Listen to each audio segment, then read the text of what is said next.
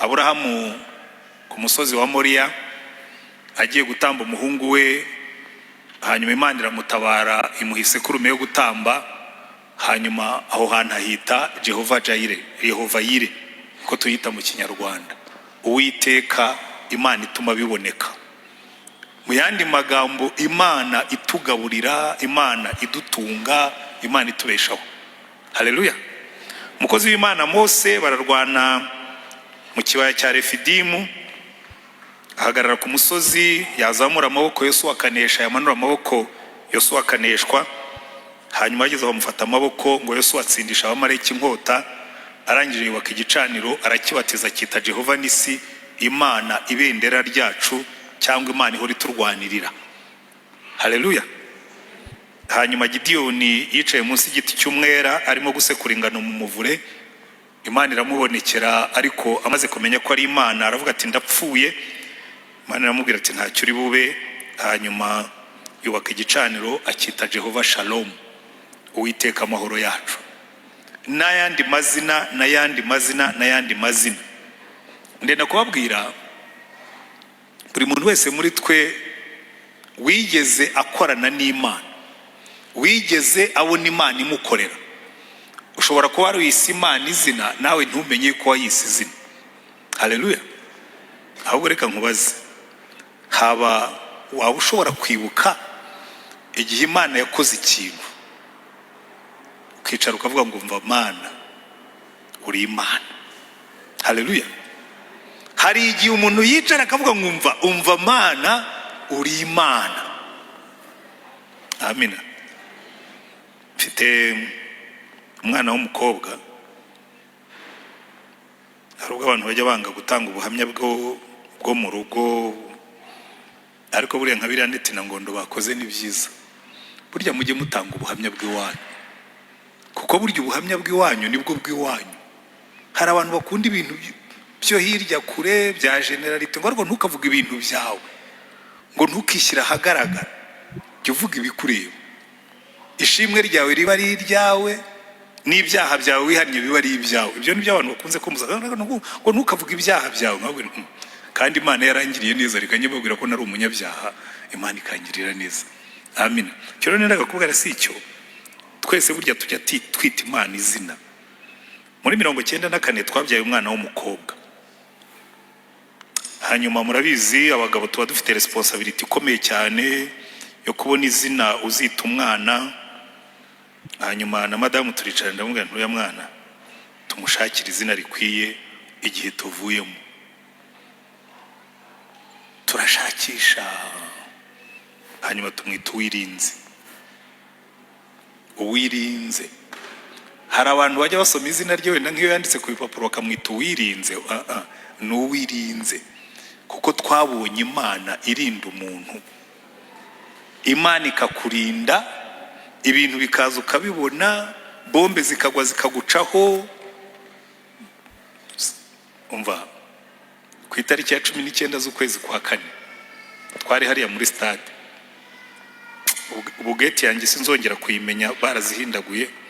Najyaga njyayo kuri 19 z'ukwezi kwa kane, najyaga njya hariya nkicara munsi ya esikariye ya 6, niho twabaga. Nkibuka bombe igwa mu metero 2 aho nasengera. Nari nicaye ndimo gusenga saa 12 n'igice za mu gitondo, kubita igikompura kiraza kigwa mu metero 2 zaho nicaye nka hariya. Amayekara yose agenda agana hirya, ntiyagaruka hano. Igihe tukivuga ngo baraturashe, mu 8 barasamo, mu 10 barasamo, muri 12 barasamo, byo biza biri on target. Hanyuma byose birangiye ndavuga ngo twabonye ukuboko kw'Imana iturinda. Haleluya. Umwana twabyaye tumwita Uwirinze, Uwimana irinze. Ukajya umenya ngo Imana ni umurinzi wanjye, agahora ari urwibutso. Washobora kutabimenya kuko yarataravuka, ariko giye iyo murebye ndavuga ngo uzahora uri reminder y'ukuri resulta y'uburinzi bw'Imana, kuko Imana itaturinda ntawe yaravutse. Amina. Wigeze uhura n'Imana uyita izina? Wigeze ugira ahantu Imana yagusanze iteka ryose wahasubira ukumva Imana irongeye ibaye nshya kuri wowe, ukavuga ngo ya Mana twahuriye ahangaha. Hari Imana yo ku migezi, hari Imana yo muri stade, hari Imana y'ikabuye. Twarayikabuye hasaga nabi, ndicara numva ibyiringiro biraheze, ndicara nzamurijwe mbwira Imana ngo Mana n'ahantu hasa naha urahari. Iyo nyuze ikabuye iteka ryose ndeba ahantu icyo kirundo cy'amatafari cyari kiri, nkumva na parika imodoka nkagenda nkongera nkahicara, nkongera nkumva ijwi ry'Imana ryambwiye ngo nuca mu muriro ntuzashya, nuca mu migezi ntizagutembana, nuca mu mazi ntazakurengera kuko ndi kumwe nawe. Haleluya. Ba Aburahamu bari bafite imisozi yabo, ba Mose bari bafite imisozi yabo, natwe dufite iyacu. Ni nabyo njya mbwira abantu bavuga ngo ariko ngo kuki musenga ngo Imana ya Isirayeli? Njyewe sinyasenga Imana ya Isirayeli, senga Imana y'u Rwanda kuko niho nahuriye nayo. Imana ya Aburahamu niyo Mana ya Rutayisire.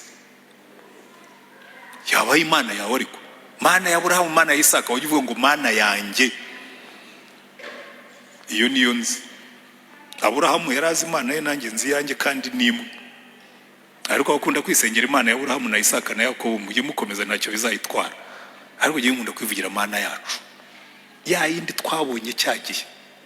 Sibyo ra? We ntiwayibonye? Hari abantu njye ndeba nka wenda ntabwo wayibonye. Hari abantu tuba tubiziranyeho, twarayibonye, twabonye Imana igenda, twumvise Imana ivuga, tuyita amazina. Haleluya. Rero nagira ngo uyu munsi tugiye kwiga, kandi buriya niba warigeze kubona Imana mu buryo nk'ubwo ngubwo mbabwira, hari ikintu kimwe kinezeza, kuko ibyo wahuye nabyo kirya gihe ushobora kutazahura nabyo bundi bushya, ariko uzahura n'ibyenda gusa nabyo. Uzahura n'ibigutera ubwoba, uzahura n'ibigukanga, uzahura n'ibigukangisha, uzahura n'ibikwihebesha, uzahura ni hanyuma wibuke ngo ya Mana twahuye hahandi. Iyo niyo Mana nzakorera. Ya Mana wahuye nayo cya gihe iracyari ya yindi. Ya Mana wahuye nayo ikakurinda iracyari ya yindi. Ya Mana yaguhaye ibyo wari ukeneye iracyari ya yindi, yo ntihinduka. Niyo mpamvu mu izina ryayo yaravuze ngo izina ryanjye ni ndiho. Ni ukuvuga ngo si impinduka, nta n'umugambi ifite wo guhinduka, nta n'igishobora kumpindura. Haleluya. Iryo zina rigumaho. Uyu munsi ndagira ngo nihute twige izina dufite uyu munsi ryitwa Uwiteka Nyiringabo, Jehova Sabaoth. Uwiteka Nyiringabo. Muzi nakoze ubushakashatsi muri Bibiliya, nsanga mu mazina yose abantu bahaye Imana, irigaruka kuruta yandi yose ni iri ngiri. Nimufata Bibiliya za abafite telefone zirimo Bibiliya, uze kujya mu ishakiro ushyiremo ijambo Nyiringabo, uraza gusanga riza inshuro zirenze 150. Ushatse Jehova Jaire, Jehova Jire, Jehova Nisi, Jehova Shalom, Jehova Rafa, uzasanga wenda riza muri rimwe cyangwa kabiri, ariko ntabwo rigera mu 150. Izina ry'Imana riza kuruta yandi ni Uwiteka Nyiringabo. Haleluya. Buriya rero iyo abantu bagiye bita Imana izina bakarigarukaho, wagombye kubitekereza cyane. Nasubiye inyuma ndashaka, ariko kuki abantu bakunze muri Bibiliya mu Isezerano rya kera, ubwa mbere tubona iryo zina ritangira ku gice cya mbere cyo muri Samweli wa mbere, ariko guhera kuri Samweli wa mbere, mbere ya Samweli wa mbere nta iryo zina uribona, ariko guhera kuri Samweli wa mbere riragaruka no mu bahanuzi kurinda bigera kuri Maraki, yitwa Uwiteka Nyiringabo. Kandi biratangaje cyane, nasubiye inyuma nshakisha ingabo z'Uwiteka, nsanga ari nyinshi pe, zirimo amatsinda 3. Itsinda rya mbere ni ingabo zo mu ijuru, kandi Bibiliya itubwira ngo mu ijuru Imana ifite abamarayika uduhumbi n'agahumbagiza. Mbese Yohana yarababonye ananirwa kubabara. Muze kureba mu byahishuwe ibice 5, reka wenda mpasomere kugira ngo twihute. Mu Byahishuwe ibice 5 Yohana yabonye mu ijuru umurongo wa 11 aravuga ngo ndareba numva ijwi ry'abamarayika benshi bagose ya ntebe na bya bizima n'abakuru, umubare wabo wari inzovu ngo abamarayika baramubaje batarose bose ko wari wagiye hariya mu isi tubwiye ko ugiye kubacungura tukabona wigarukiye, buriya baracunguwe. Ati buriya ibyo batashoboraga kwikorera nabirangije, ibisigaye ba Petero na ba Yohana bariya wowe nyine nasize. Baramubwira ati Petero na Yohana ba bandi bajya kuroba wazutse. Aravuga ati ibyo ni mu byihorere, hasigaye akantu kamwe gusa, nimara kuboherereza ku mbaraga za hano muzabona impinduka bazazana, kuko ibyo batashoboraga kwikorera, kwirihirira ibyaha byabo, kwicungura, ibyo nabibakoreye. Ibisigaye ni ukubwira abantu gusa bakubwira ngo urugamba rwararangiye, twe tugiye gukora ibyo bita mop up, guhumbahumba udusigaye inyuma. Amina. Kuko buriya iteka ryose Imana idukorera ibyo twebwe tutashoboraga kwikorera, ikatubwira ngo ibisigaye namwe ni mu birangiza. Niba twashoboraga kubyumva, ariko yewe mbona rimwe na rimwe hari igihe wigisha abantu ibintu ko batari ko buriya barabyumva nk'uko mbyumva, kuko Imana niyo iturwanirira. Haleluya. So itsinda rya mbere ry'ingabo rigizwe n'abamarayika. Ikintu gitangaje cy'Imana nuko n'abariya Satani yatwaye ntabwo Imana yo yigeze bihakana, baracyari mu ngabo zayo, yishatse kubakoresha irabakoresha. Reka mbahingere ebyiri. Hari igihe umwami Sawuli yananiye Imana, yanga kumvira. None umva, ubundi ikintu kimwe kiranga ingabo zirangwa na obedience no kumvira amabwiriza. Ingabo zigendera kuri gahunda, niyo umurimo waba ukomeye zirumvira, niyo haba ari ninjoro zirumvira, niyo haba ari mu mvura zirumvira. Abarimo hano babaye mu gisirikare bashobora kubivuga kundusha. Ingabo ubundi ikintu cya mbere kiranga ingabo nyangabo ziyubaha, zirangwa n'ikintu cyitwa discipline na obedience. Iyo ufite ingabo zigenda uko zishakiye, nta ngabo ziba zirimo, ibyo nakajagari. Ariko twebwe muzarebe, turavuga ingabo za Yesu koko, uretse ko hari n'abitirira iryo zina. Kera twajyaga turirimba iyo korasi, none ntitukirimba kuko hari ababyitiriye bakora ibintu by'amafuti.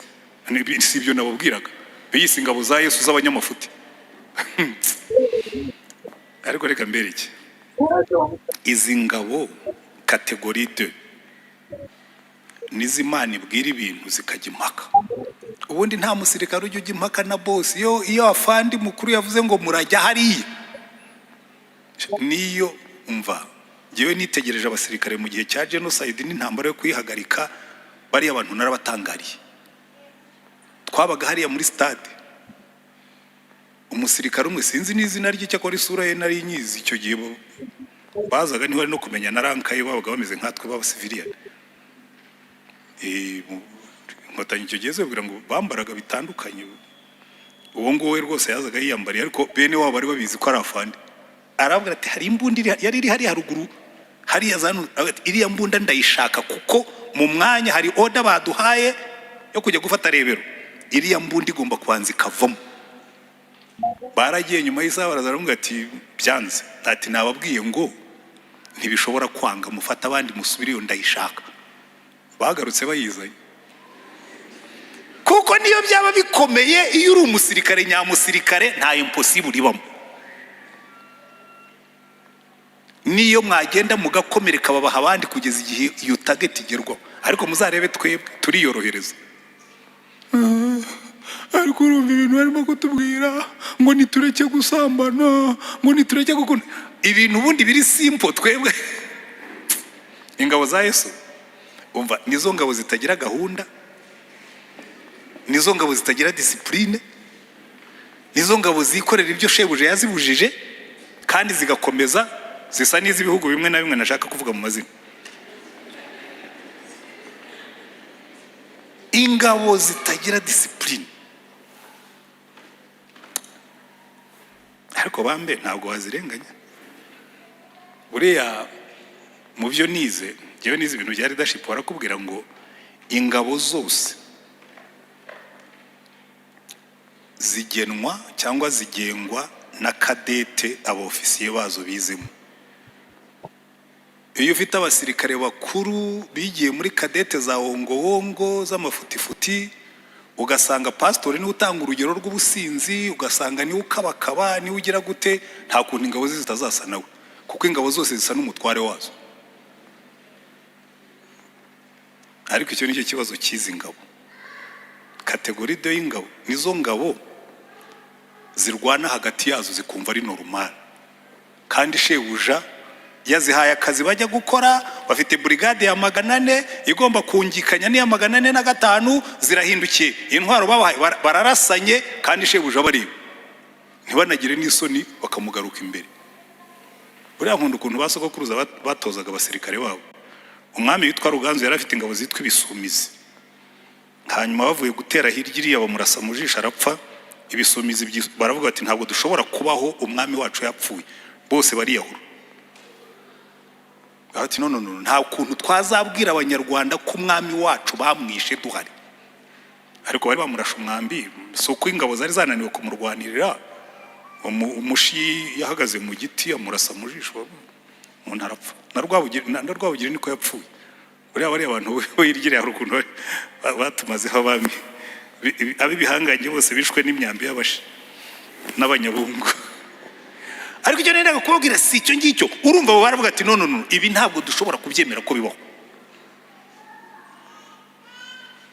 Ariko twebwe usanga uyu nguyu ngo ni iki ntashobora gufatanya n'uyu no mu itorero rimwe, ugasanga niyo turi no muri paruwasi imwe nka hano, ugasanga dufite senior pastor ariko erezo makwani Remera bidahari. Senior pastor ntashobora kuvugana na Oderi. Ndabitanga urugero kuko hano ni iwacu kandi nzi ko bo nta bihari, ariko ngira ngo murabizi haraho bijya biba. Kumva za bombori zihora ukose. Izi ngabo ni bwoko ki? Izi ngabo zambaye uniform ariko zikaba zirimo kurwana hagati yazo, ariko nazo ni ingabo zayo z'Imana. Jehova Sabaoth, Uwiteka Nyiringabo, nimbi nazo zibarize arazihanganira. Ariko buriya twagombye kuzitoza ku buryo zitozongera gukoza isoni kwa databuja. Ubwo nyine abashinzwe kadete mu byumve hirya ngaha, tugomba kubatoza ku buryo muzajya mukora ibintu bifite imbaraga kandi bifite umurongo, tukabantu bafite discipline, kuko turi ingabo z'umwami. Mwambara intwaro zose z'Imana mushobore guhagarara mudatsinzwe. Kategori ya gatatu, reka nihute ngiye kugana ku musozo. Kategori ya gatatu igizwe n'ibintu tutatekereza ko Imana ibyita ingabo. Buriya ibintu byose Imana yaremye irabirwanisha.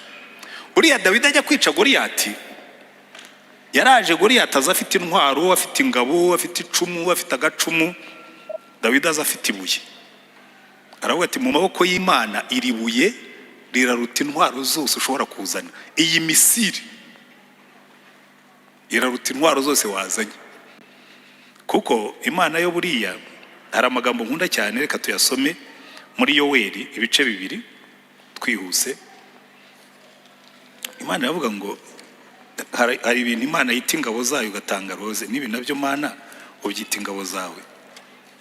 Ingabo z'ibyaremwe muri Yoweri ibice 2 umurongo wa 25.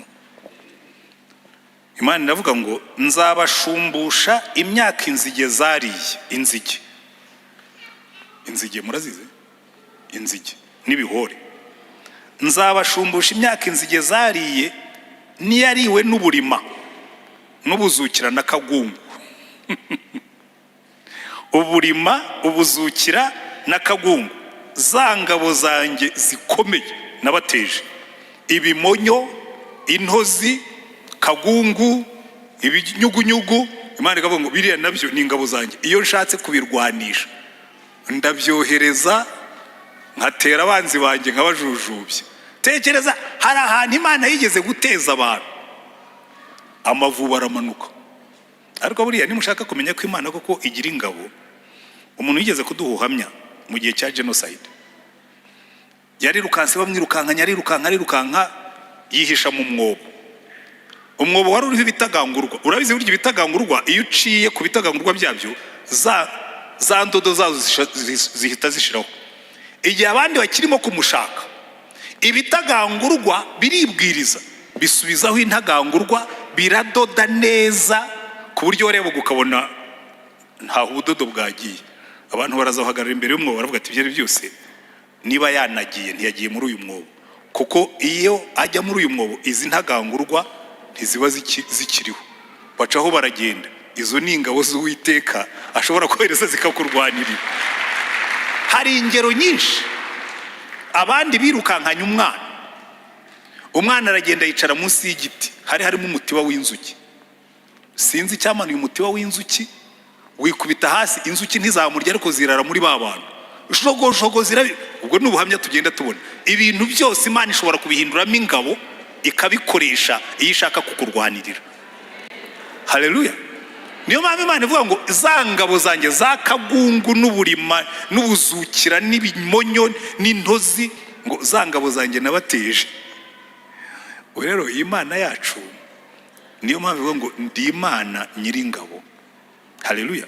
Ariko reka nangirize kuri ijambo Dawidi yabwiye Goliyati.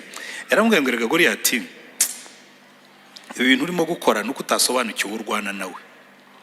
Yaramubwiye ngo uru rugamba si urwanjye, uru rugamba ni urw'Uwiteka nyiringabo, nguteye mu izina ry'Uwiteka nyiringabo, Imana y'ingabo za Isirayeli wasuzuguye. Uyu munsi Uwiteka arakungabiza nkwice nguce igihanga, kandi ndakugaburira ibisiga byo mu kirere n'inyamaswa z'inkazi zo mu ishyamba, intumbi z'ingabo z'Abafilisiti, kugira ngo abo mu isi yose bamenye ko muri Isirayeli harimo Imana, kandi iri teraniro ryose rimenye ko Uwiteka adakirisha inkota cyangwa icumu, kuko intambara ari iy'Uwiteka kandi ari uzabatugabiza. Ndagira ngo mutahanire ijambo, intambara ni iy'Uwiteka. Ntabwo nzi urugamba urimo kurwana narwo, ntabwo nzi intambara uhanganye nayo, ariko nufata iyo ntambara ukayibwira Imana ngo mva rero Mana, ibi bibazo ndabiguhaye. Nyakunda kubabwira hano inkuru, ntabwo ari umugani, ni inkuru. Kera abana banjye bakiri batoya, ubu ni ibisore barakuze, bamwe baranarongoye, abahungu banjye babiri bakundaga gutwara imodoka. Ngira ngo niyo mpamvu bize kwitwara vuba bagatwara. Noneho iteka ryose iyo navaga mu rugo barazaga bakicara ku biro byanjye, bagafata vora bakagenda bayizunguza. Icyo nakoraga no kuyistabiliza gusa ngo batarenze imodoka ikarenga umuhanda. Bagera hepfo ku muhanda munini bakavamo bagasubira haruguru mu rugo. Twari duturanye n'umuntu ufite ibibuga binini. Noneho umunsi umwe baramanuka, bageze ku muhanda babona ibibuga birahari. Iyi nkuru bamwe murayizi, nkunda kuyivuga ko bigewe nigira ku bintu byose. Nanjye buri bintu byose ingabo z'Uwiteka zimbera ishuri. Noneho bareba za mbwa, kandi baragomba kuva mu modoka bagasubira mu rugo, baramubwira ngo papa, ngo ziriya mbwa wazibonye? Nazibonye. Ngo urazireba? Ndazireba. Ngo rero ngo tugiye kukureba wowe ureba imbwa, tugiye kukureba wowe ureba imbwa, hanyuma tugende dusubire mu rugo. Ndababwira rwose mugende, ziriya mbwa ndazireba. Bakagenda ikigongogongo bamwira ngo papa, ngo uracyazireba? Ngo urazireba? Ngo uracyazireba? Ngo urazireba? Baragenda bageze kuri gate, binjiye mu rugo, ngo igendere noneho ngo twagiye. Rero nawe nubona ibibazo bije, jya uhindura amaso ureba Imana. Nurangiza ubibwire ngo mva rero Mana, uru rugamba si urwanjye, ndaruguhaye. Kuko iyo urugamba waruhaye Uwiteka, burya imbaraga z'abaturage ziba mu bushobozi bw'imbaraga z'ingabo zawo. Mwigeze kumva mu minsi ishize perezida abwira abanyarwanda ngo umva, ngo ibingibi mubimparire, mwe mujye muryama musinzire. Mu yandi magambo, mbahaye icyizere kidashidikanywa ko kubarinda ni responsibility yanjye, mwe mujye muryama musinzire. N'Imana nayo niko itubwira, iratubwira ngo izo ntambara nimuzimpe mwe musinzire, izo ntambara nimuzimpe mwe muruhuke, mwe nimuntumbire munyizere, nimurangiza mureke mbarwanirire intambara. Rero nicyo Dawidi yari yarasobanukiwe. Ntabwo yagiye kurwana na Goliyati kuko yari yizeye imbaraga ze, ntazo yari afite. Ntabwo yagiye kurwana na Goliyati kuko yari yizeye intwaro ze, ntazo yari afite. Ntabwo yagiye kurwana na Goliyati kuko yari yizeye experience, kuko ntayo yari afite. Yari yizeye gusa, yaramubwira ngo Goliyati, wowe unteranye icumu n'agacumu n'ingabo ntoya n'inini n'abazigutwaje za reserve, ngiye nguteye mu izina ry'Uwiteka Imana ya Isirayeli nyiringabo. kandi uyu munsi kubera ko iyo Mana nyizi irakungabiza n'izi ngabo z'Abafilisitiya kuko wayisuzuguye. Kandi impamvu mbikubwiye, uru rugamba si urwanjye, it's not about me. Buri ikintu abakristo mutari mwasobanukirwa, nufata ubuzima bwawe ukabuha Yesu, haleluya, n'intambara ujye uzimurekera. Ikintu nigeze mu gutumva Yesu, ubu buzima ko nabuguhaye none bakaba bashaka kubunyambura, azakubwira ati urwo rugamba si urwawe, ngiye mfite ubushobozi bwo kurinda ibyo bambikije. Nibyo Pawulo yanditse aravuga ngo iyo twizeye ifite ubushobozi bwo kurinda ikibitsanyo cyacu. Amina. Wowe ujye urinda ibyo yakubikije, urinde gukiranuka kwawe, urinde kwizera kwawe, hanyuma nurangiza umubwire ngo noneho ibisigaye watch over me. Ubu buzima ndabukwihereye, uburinde. Imana niguha akazi, yewe murambe babwira ntimugire ngo ni bya bindi abantu bavuga ngo oya noneho nta n'impamvu nawe mfite ko nta nyungu nkifitemo. Uri Imana niguha akazi ujye uyubahisha ibiva mu kazi kawe, ariko nurangiza ugashingana ubwira Imana ngo rero Mana aka kazi niwe wakampaye, nzajya nkakubahisha ariko nawe ukarinde. Nubona abantu bagutwariye akazi ubwo izabiguhaya kandi bizabiguhaya kandi ibyo guaranteed ndabikubwira. Nuba ufite business jya ukuramo ibyo wubahisha Imana, kuko ubwo muzaba mwacanze umutungo. Utumva rero Mana jewe dore iki